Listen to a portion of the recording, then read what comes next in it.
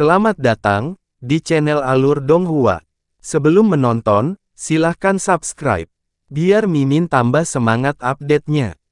Bagaimana? Apakah Anda memiliki kepastian untuk menahan inkarnasi Devil Glorious Blaze?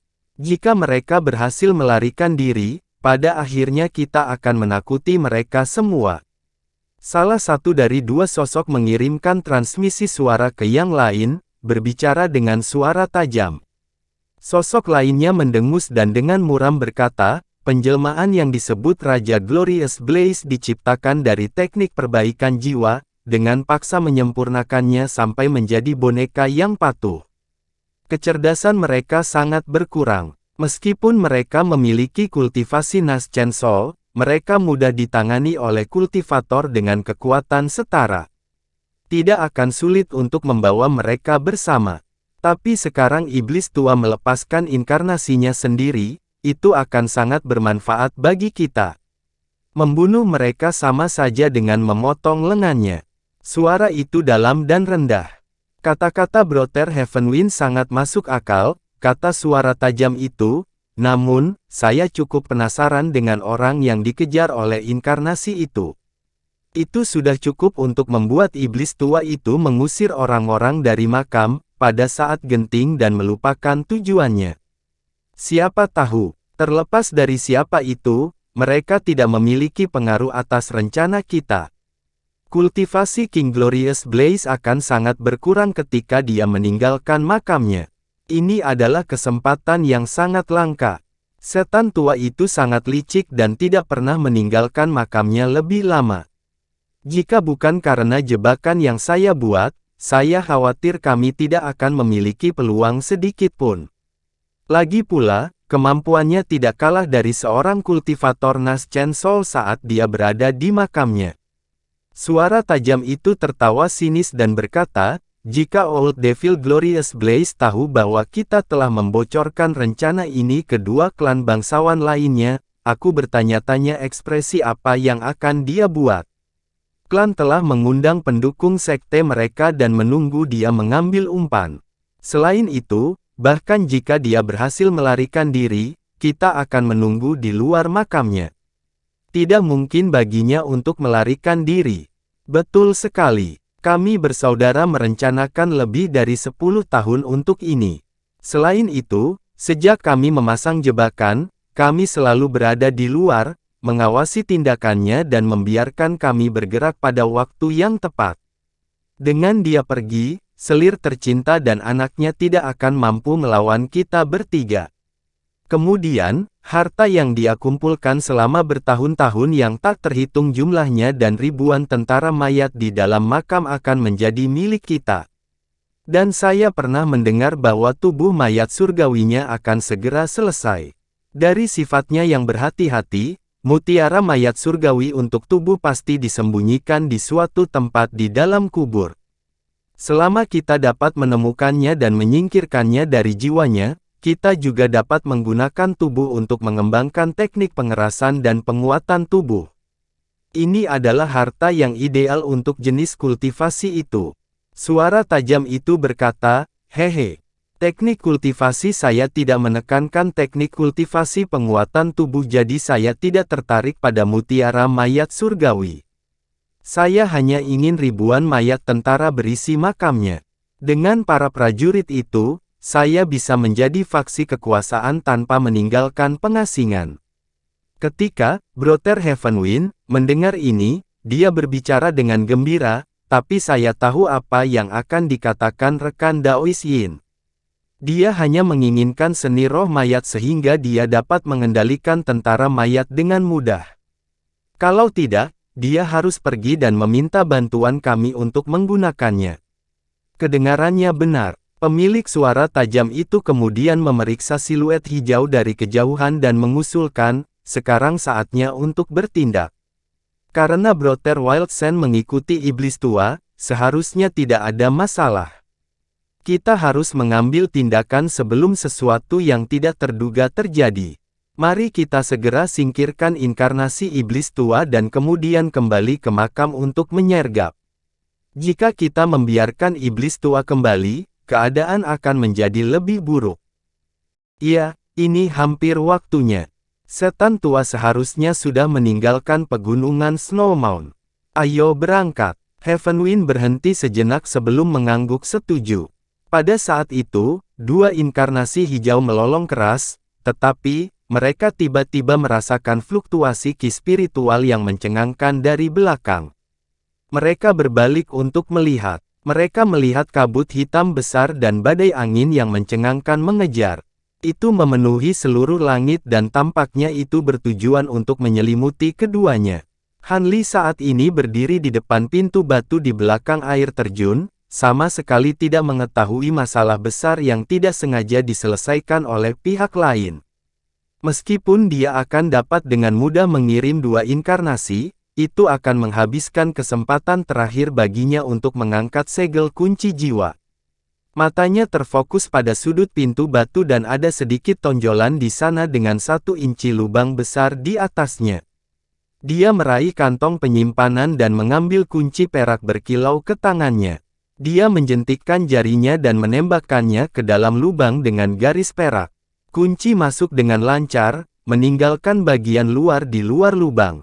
Dia tersenyum ketika melihat ini dan mengarahkan jarinya ke kunci, menembakkan seberkas cahaya biru ke arahnya. Kemudian, kunci perlahan berputar setengah lingkaran dan gerbang batu putih mulai bersinar dalam lapisan cahaya putih.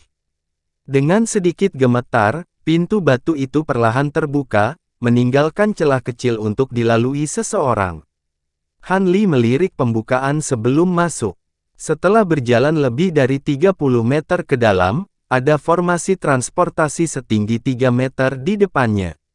Ada 8 alur di sekitar formasi mantra yang benar-benar kosong. Ketika dia melihat ini, dia tersenyum tipis. Jika seseorang tidak memiliki pengetahuan mendalam tentang formasi, mereka akan meletakkan batu roh di semua alur, menghasilkan kekuatan spasial formasi untuk menghancurkan mereka sepenuhnya.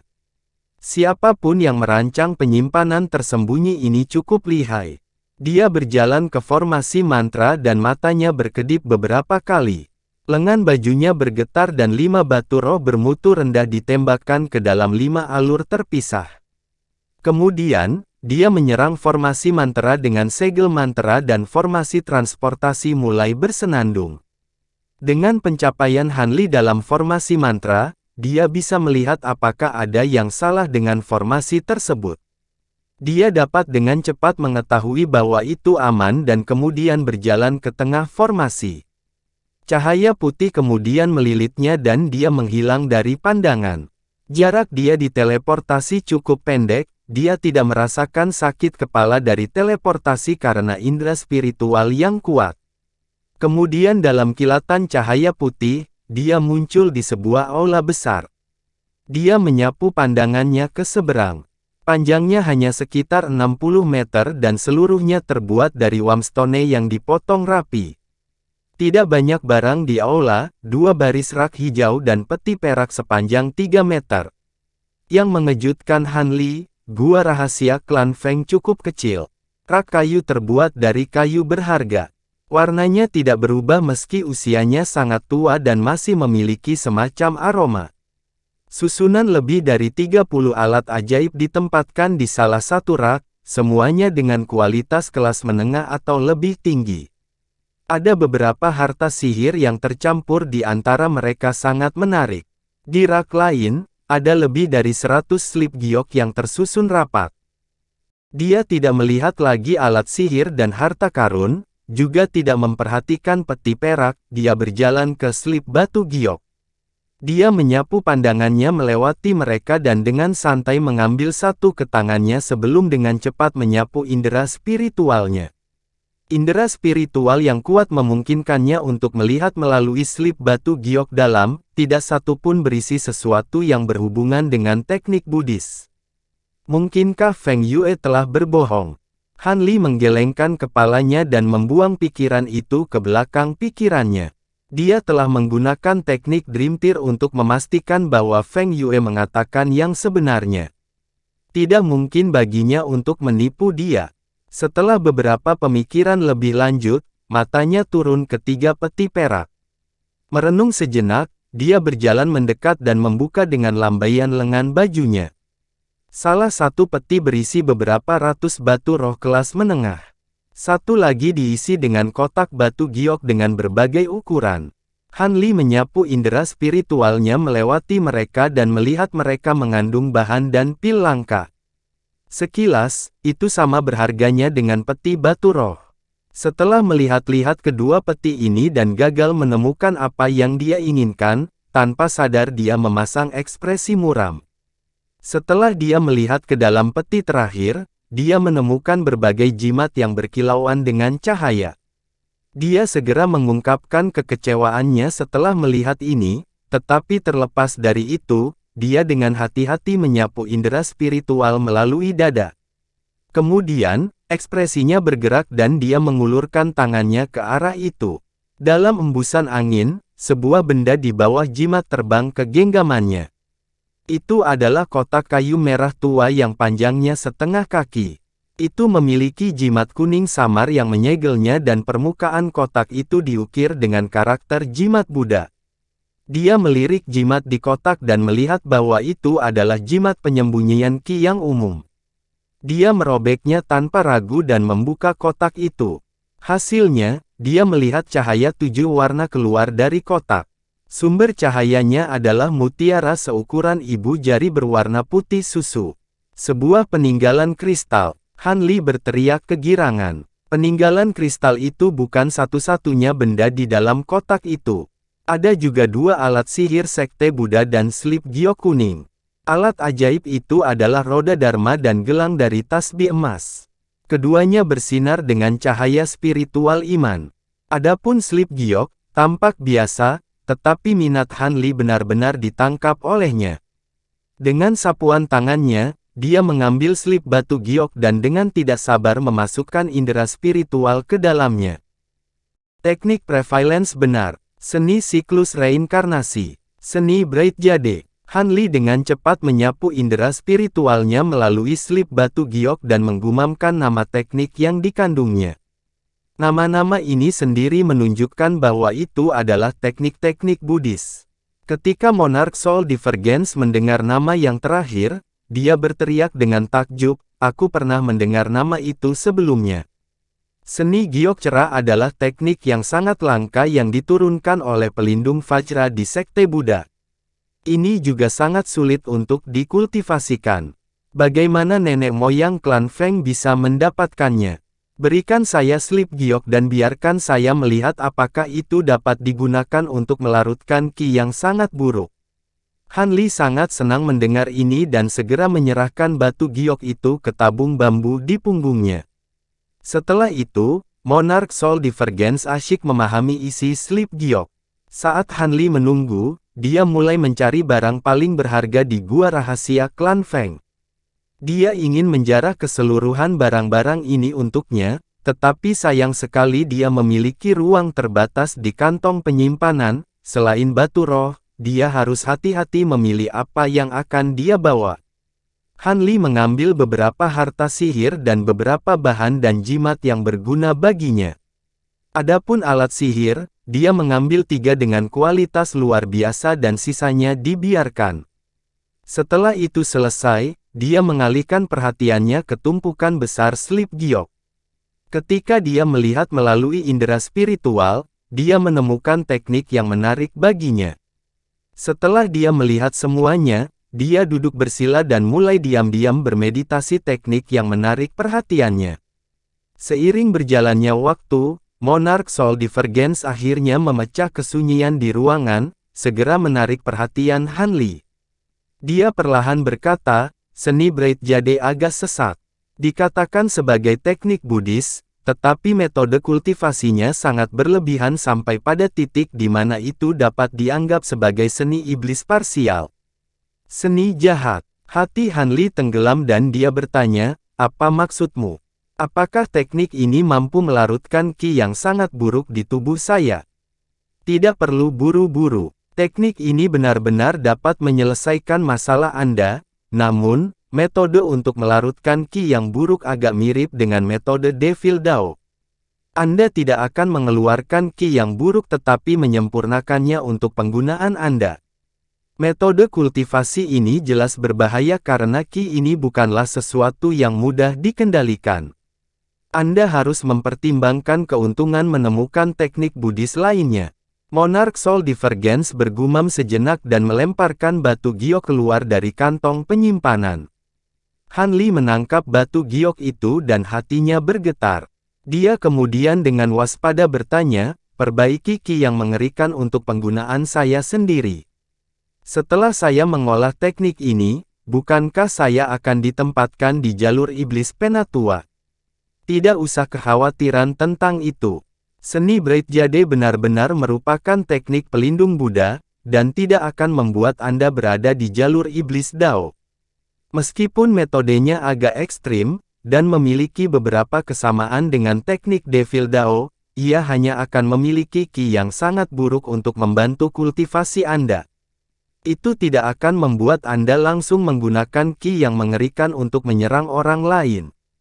Dengan cara ini, Anda akan dapat menghilangkan sebagian besar efek berbahaya meskipun sifat sombong. TC Kacak. Sekte Buddha memiliki individu yang benar-benar cakap dan bahkan mampu melipat teknik jahat menjadi teknik Buddha. Saya rasa mereka memiliki seseorang di level saya untuk mencapai ini. Ketika Han Li mendengar divergensi jiwa raja, dia merasakan gelombang keraguan dan segera menenggelamkan indera spiritual ke dalam slip batu giok, memeriksa konten seni Bright Jade. Setelah beberapa saat, dia berteriak kaget, "Yi! Teknik ini sepertinya cukup familiar. Di mana saya pernah melihat ini sebelumnya?" "Kamu pernah melihat ini sebelumnya?" Monarch Soul Divergence bertanya dengan takjub. "Itu benar, aku ingat sekarang. Teknik ini mirip dengan seni kultivasi ras iblis." Han Li kemudian menyentuh kantong penyimpanannya dan mengeluarkan piring tembaga seukuran telapak tangan ke tangannya. Itu adalah Sacred Provenance Plate, yang dia peroleh dari Laut Bintang tersebar. Tanpa sepatah kata pun, Han Li mulai membandingkan naskah di piring dan slip giok. Setelah beberapa saat, dia menemukan bahwa tekniknya berbeda, tetapi jelas berasal dari sumber yang sama. Dari kedua teknik tersebut, seni Bright Jade jauh lebih dangkal, tetapi keduanya memberikan perasaan yang sama, ada sesuatu yang hilang, menyebabkan dia merasa bingung atas masalah tersebut. Ketika Monarch Soul Divergence melihat Han Li mengalihkan perhatiannya antara batu giok dan pelat tembaga, dia merasa ada sesuatu yang aneh dan bertanya, "Apa itu pelat tembaga?"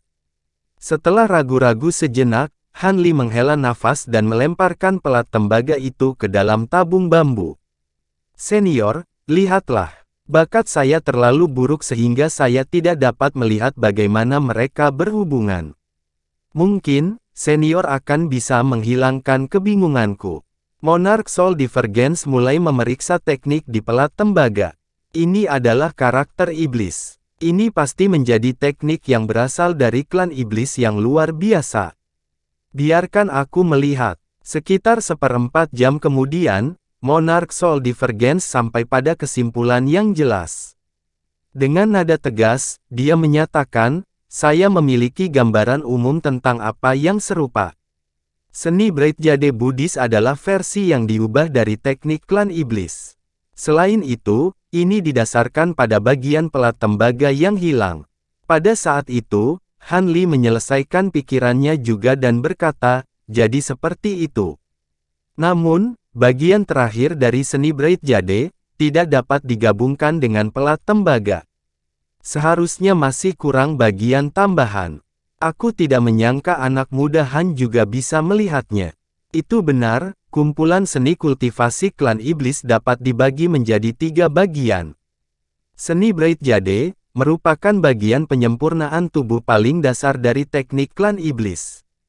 Adapun pelat tembaga, merinci mantra untuk kemampuan terakhir dan kehilangan bagian tengah yang merinci transformasi tubuh. Teknik-teknik ini sangat luar biasa. Sangat menarik. 3 kepala dan 6 lengan, bukankah itu teknik yang sama yang digunakan iblis penatua? Saya pernah mendengar bahwa klan iblis adalah yang paling berhubungan dengan alam iblis Penatua. Sepertinya rumor itu benar. Monarch Soul Divergence terkekeh geli. Setelah mendengar itu, Han Li menambahkan, maka teknik itu seharusnya yang diberikan iblis Penatua ke klan binatang. Belakangan, Sekte Buddhis memperoleh sebagian dari dasar teknik tersebut dan mengubahnya menjadi seni Bright Jade saat ini. Bagi iblis dan umat Buddha untuk memegang teknik ini dengan sangat penting. Tampaknya itu berasal dari satu asal muasal yang hebat. Han Li kemudian berpikir untuk waktu yang lama sebelum menghela nafas dan berkata, tapi terlepas dari kekuatan tekniknya, setan sampar di tubuhku mungkin akan segera gagal menahan ki yang mengerikan, dan aku tidak punya banyak waktu lagi. Saya harus mengolah seni Bright Jade untuk menyelesaikan krisis ini secepat mungkin.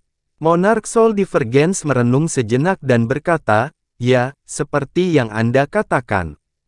Menghabiskan lebih banyak waktu untuk menemukan teknik lain akan terbukti terlalu berbahaya. Selain itu, teknik mungkin terbukti sulit bagi orang lain, tetapi dengan sejumlah besar ki yang sangat buruk yang Anda inginkan, seharusnya lebih mudah untuk mengolahnya. Saya harap begitu, tapi sepertinya itu membutuhkan relik Vajra untuk berkultivasi. Apakah akan ada masalah jika saya mencoba mengolahnya? Bukankah kamu baru saja memperoleh relik Vajra?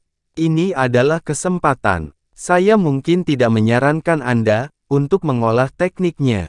Meskipun Anda hampir tidak dapat menggunakan peninggalan kristal leluhur klan Feng untuk mengolahnya, itu akan jauh lebih efektif daripada tidak menggunakan relik Vajra. Setelah makhluk roh Anda selesai memakan api mayat di penghalang Vajra, Anda akan dapat menyelesaikan pemurniannya. Saya akan memberikan serangkaian teknik lain kepada Anda untuk melakukannya, memungkinkan Anda mengembangkan seni Bright Jade tanpa masalah. Ketika saya melakukan perjalanan di masa lalu, saya menjadi sangat tertarik dengan peninggalan kristal dan semacamnya, saya bahkan menyusup ke salah satu dari 10 sekte besar Buddha selama lebih dari 10 tahun. Tidak perlu terlalu khawatir tentang masalah ini, mengingat seberapa banyak saya menelitinya. Bahkan jika Anda tidak mengembangkan seni Bright Jade, Anda akan membutuhkan peninggalan kristal untuk mengolah teknik Buddhis lain, untuk melarutkan ki yang sangat buruk. Dan mengingat betapa luasnya sekte Buddha di Great Jin, seharusnya tidak terlalu sulit untuk menemukannya. Monarch Soul Divergence sepertinya sudah memikirkan masalah ini. Setelah mempertimbangkan dengan hati-hati, Han Li merasa bahwa tidak ada masalah dalam mengolah teknik tersebut dan berkata, jika demikian, saya bisa tenang. Karena tekniknya cocok, sebaiknya aku bergegas dan pergi. Sejak saya memasuki pegunungan ini, saya merasa ada sesuatu yang salah. Ini bukan pertanda baik. Saya lebih baik mencari Vena Roh untuk berkultivasi. Setelah itu, dia mengalihkan pandangannya ke aula untuk terakhir kalinya sebelum berjalan kembali ke formasi transportasi dan menghilang dalam kilatan cahaya putih. Dalam beberapa waktu, Han Li langsung terbang keluar dari pegunungan Snow Mound dalam seberkas cahaya biru. Saat dia terbang, dia berdiskusi dengan Monarch Soul Divergence tentang di mana dia bisa menemukan pembuluh darah roh dan berkultivasi secara diam-diam. Setelah terbang lebih dari 100 km, ledakan besar yang mengguncang dunia bergema dari udara dan seluruh kelompok gunung runtuh. Han Li lengah dari ledakan dan kehilangan keseimbangan saat dia merasakan sebuah cincin berdengung di telinganya. Dengan ekspresi yang sangat berubah, dia berbalik untuk melihat ke arah suara itu. Kemudian, dia terbang ke arah yang berlawanan dengan kecepatan yang lebih tinggi. Saat dia terbang belasan kilometer jauhnya, dia merasakan fluktuasi ki spiritual yang mencengangkan dari belakangnya. Kemudian, awan ki abu-abu, awan ki hitam dan badai angin putih mulai merobek langit mengejar satu sama lain menuju ke arah Han Li. Dengan kultivasinya saat ini, mereka dengan cepat menutup jarak hingga hanya 2 km jauhnya.